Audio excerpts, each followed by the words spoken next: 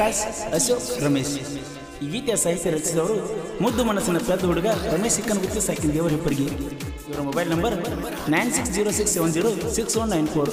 ಇನ್ನೊಂದು ನಂಬರ್ 8073974063. ಈ ಗೀತೆಯನ್ನು ಹಾಡಿದವರು ಕೃಷ್ಣಾ ತೀರದ ಗಾನ ಕೋಗಿಲೆ ಕೋಲೂರಿನ ಸಾಹಿತ್ಯ ಪ್ರೇಮಿ ಪರಸು ಕೋಲೂರು. ಧ್ವನಿ ಮುದ್ರಣ ಶ್ರೀ ರೇಣುಕಾ ರೆಕಾರ್ಡಿಂಗ್ ಸ್ಟುಡಿಯೋ ಕೋಲೂರು.